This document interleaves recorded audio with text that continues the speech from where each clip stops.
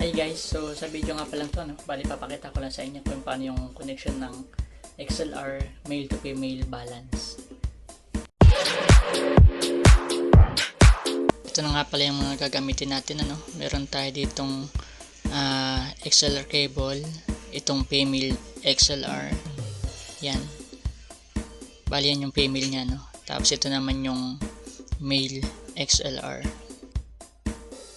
Ito na nga po pala yung niya, XLR male. Yan yung likod niya. Yan, bali ito yung magiging connection niya.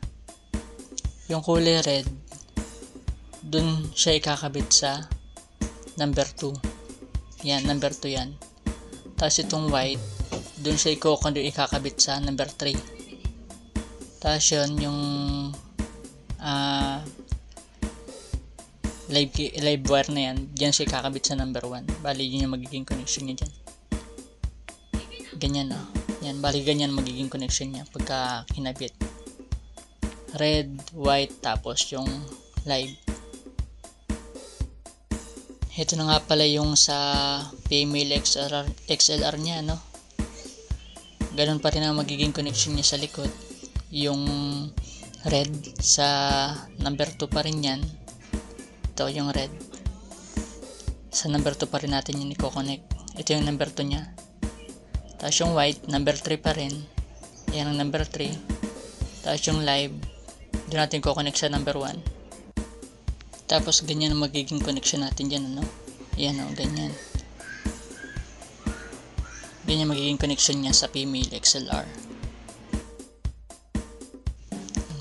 Dito tapos na nga pala yung pagkakabit ko, hindi ko na pinakita sa inyo kung paano ko naikabit yan dahil baguhan pa rin din ako sa pagkakabit ng mga ganyan, paghihinang, kaya hindi pa rin perfect yung pagkakahinang niya, pero naman na yan. Ayun, may mga sunog, ayan. Kasi nga hindi pa rin naman ako expert sa pagkakabit. Mahalaga lang naman yun siguro para sa akin, maikabit ng maayos yan, maging matibay yung kabit niya dun sa ating mga pin, yun lang mahalaga para sa akin dyan. Siguro syempre pagka na tumagal, masasanay na tayo, magiging perfect na yung pagkakabit natin para dyan.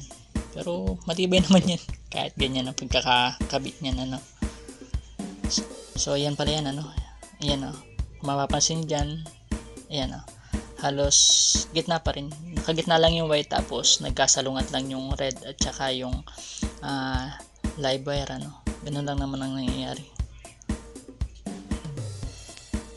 Gamit ko palang XLR dyan, yung mumurahin lang, yung tig 35 pesos ang isa sa nabibili sa online.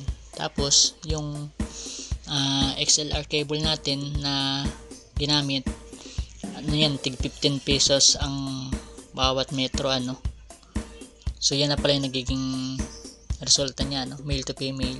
Halos tapatan talaga yung red, white at saka live wire.